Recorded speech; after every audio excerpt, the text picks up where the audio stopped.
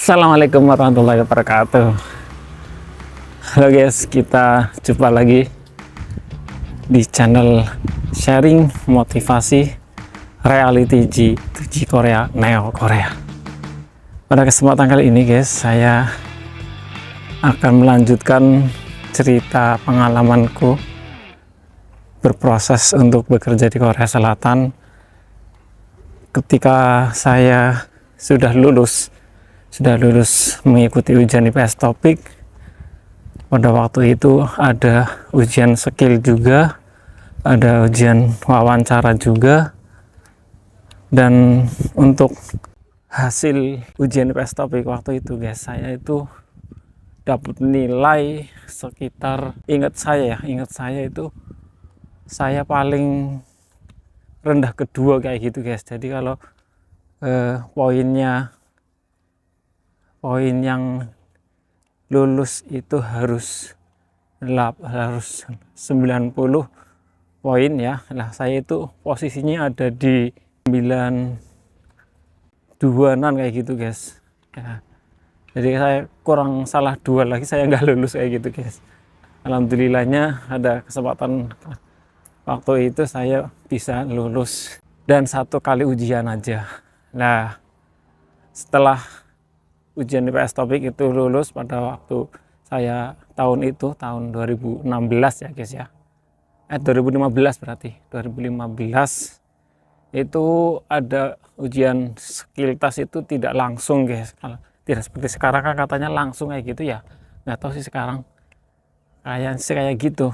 Tapi kalau waktu dulu itu habis ujian skill, ujian EPS topik udah lulus, itu beberapa bulannya lagi ada panggilan untuk ujian skill test.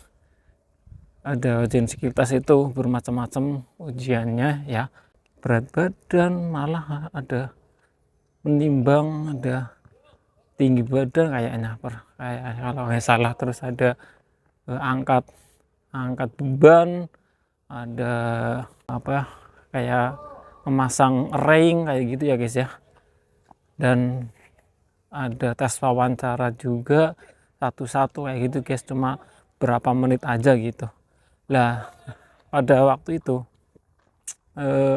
saya pun nggak tahu itu untuk nilai hasil skill test dan wawancaranya itu berapa, saya nggak tahu. Soalnya pada waktu itu kabar burungnya ya guys ya, kabar burungnya itu untuk ujian skill test dan wawancara itu kayak semacam untuk formalitas aja guys pada waktu itu. Alhamdulillahnya ya, kalau sekarang kan enggak, katanya bener-bener ya diperhitungkan kayak gitu guys. Kalau waktu dulu enggak sesusah sekarang kayak gitu guys. Lah, terus pada waktu saya udah ujian skill sama ujian tes wawancara itu selesai, itu saya beberapa bulannya itu ya harus tes medical ya, medical check up, harus kayak semacam sending itu dokumen yang dikumpulkan itu ada hasil medical check upnya juga itu. Makanya waktu itu saya bolak-balik ke daerah di Purwokerto kalau nggak salah. Itu saya kan LPK-nya ada di daerah Brebes kayak gitu ya guys ya. Lah, ternyata waktu itu saya ngambil medical check up-nya itu ada di daerah Purwokerto guys. Nah, setelah di medical check up, ternyata waktu itu saya alhamdulillahnya lolos ya, nggak ada masalah apa-apa. Namun waktu itu ternyata ada kekurangan untuk medical check up-nya. Maka pada beberapa bulannya lagi saya bersama teman-teman itu dapat laporan dari BP2AMI untuk medical lagi. Jadi saya 2 kali medical guys, dan itu nggak tahu karena apa, karena mungkin waktu tunggunya itu karena terlalu lama kayak gitu ya guys ya. Jadi untuk medikalnya kan ada masa berlakunya kayak gitu ya, mungkin itu kalau nggak salah, saya juga agak lupa gitu sih guys ya. Sesudah itu saya pun menunggu prelim ya. Pada waktu itu prelimnya enggak seperti sekarang guys. Kalau kalau sekarang itu kan prelimnya kan enak ya guys ya. Kalau waktu tahun 2015-an itu ya berarti udah masuk 2016 kayaknya.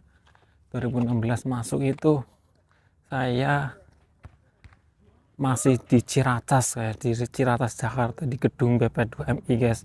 Itu saya waktu itu berangkat menggunakan travel bersama berapa orang ya, sekitar 6 orang ya, menyewa travel ke sana, ke tempat gedung BP2MI di Ciracas. Waktu itu saya pertengahan malam gitu guys, sekitar jam 12-an malam saya sampai di sana, tapi ternyata gerbangnya masih tutup guys kayak gitu. Maka saya dan teman-teman pun menunggu di mobil.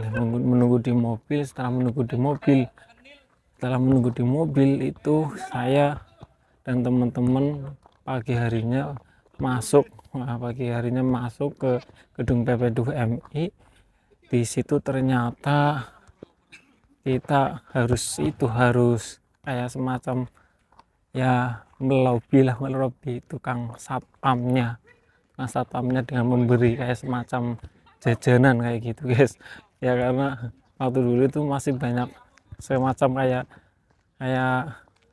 uang pelicin kayak gitu guys, karena waktu itu dulu masih rawan banget untuk uang pelicin seperti itu lah. Di waktu prelim itu tidak seperti sekarang ya guys ya. Waktu dulu itu prelimnya benar-benar kita ditempa, dan para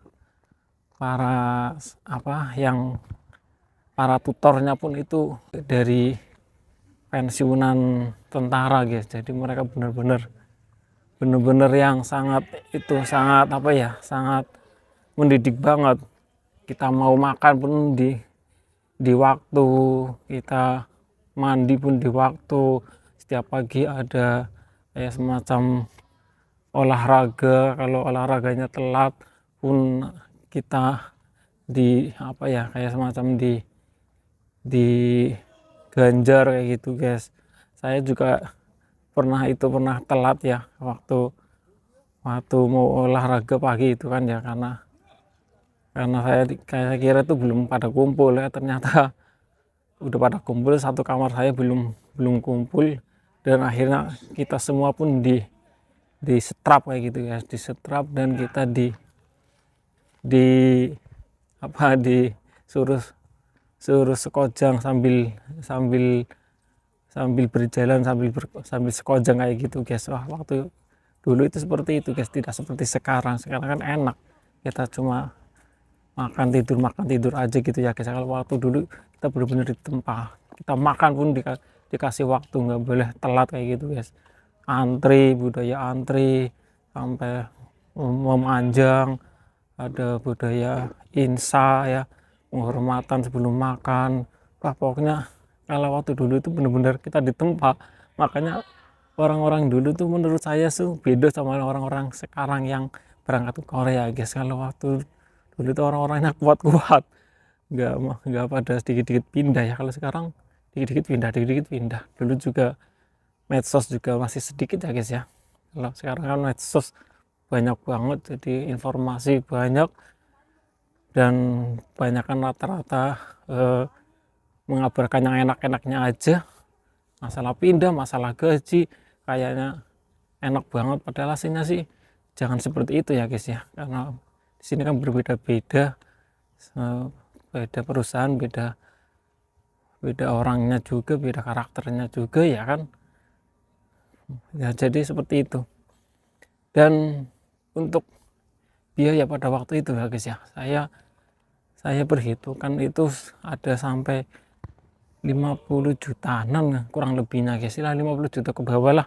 Yang saya inget tuh, saya waktu berangkat itu ya guys ya, lewat LPK itu sekitar 35 juta gitu, kita dimintai sama LPK-nya guys. Nggak tahu itu buat apa, saya lupa. Dan untuk sanding datanya pun dimintai lagi 5 juta. Terus untuk ujian kan nyawa bis itu juga berapa juta kayak gitu guys. Waktu dulu itu seperti itu. Masuknya aja sekitar 3.500.000 masuk untuk belajar. Pokoknya perjuangan banget lah. Saya uang dari mana? Alhamdulillahnya sih orang tua saya kan kerja di luar negeri, jadi ada uang lah. Jadi saya minjem dulu, waktu itu minjem dulu ke orang tua. Alhamdulillahnya sudah saya lunasi. Dan perjuangan yang lainnya yaitu ketika istri kan tadinya kan ikut belajar juga, ikut maunya bareng gitulah, ikut ke Korea juga, tapi ternyata kan nggak lulus. Alhamdulillahnya pada waktu itu nggak lulus, dan cewek-cewek yang ada di LPK itu yang lulus pun ternyata nggak pada berangkat guys, nggak pada berangkat karena ya memang permintaan untuk cewek waktu dulu itu sedikit banget dan jarang banget lah. Makanya di LPK saya pun nggak ada yang berangkat, walaupun ada yang lulus cewek ya, ternyata sampai sekarang nggak berangkat guys. Tapi kalau sekarang alhamdulillahnya ada sektor yang baru dibuka, ada service, ada shipbuilding, ada apa itu satunya itulah fishing ya, manufaktur juga ternyata sudah banyak yang mengambil cewek-cewek dari Indonesia. Waktu dulu jarang guys. Makanya untuk sekarang ya, untuk teman-teman cewek harus optimis. Sekarang banyak peluang untuk cewek juga untuk bisa bekerja di Korea Selatan. Nah itu ya guys ya, sharing saya, proses pengalaman saya ketika saya sudah lulus sampai saya terbang ya. Waktu saya lulus sampai terbang itu sekitar 1 tahunan guys itu, dan ya ada ketinggalan juga. Nah terus bagaimana saya selama 1 tahun itu bekerja atau tidak? Saya nggak bekerja guys, saya nganggur, saya kerja seadanya, saya bantu-bantu orang tua. Alhamdulillahnya pada waktu itu orang tua membangun kandang ya, kandang kambing yang cukup luas ya. Saya ikutan nukang di situ ya guys, walaupun saya juga nggak bisa nukang ya, saya ikut bantu-bantu gitu ya guys ya. Jadi ya nggak ada pendapatan sih ya, nggak tahu waktu itu ada aja ya, banyak perjuangan lah. Makanya dari teman-teman yang sudah berkeluarga ya, tetap semangat ya guys ya, jangan pantang menyerah, karena bukan hanya Anda yang mengalami kesusahan pada waktu proses. Kami di sini juga pastinya masing-masing mempunyai masalah itu, entah itu seperti apa kan pastinya. Ya pastinya Allah memberikan ujian itu tidak di luar batas kemampuan hambanya kan, kayak gitu ya guys ya. Nah itu aja ya guys ya, semoga memberikan semangat kepada teman-teman yang lagi berproses, terus berjuang dan berdoa guys, jangan lupa ya. Nah itu aja, terima kasih, bye bye, wassalamualaikum warahmatullahi wabarakatuh. Jangan lupa like dan subscribe, bye bye.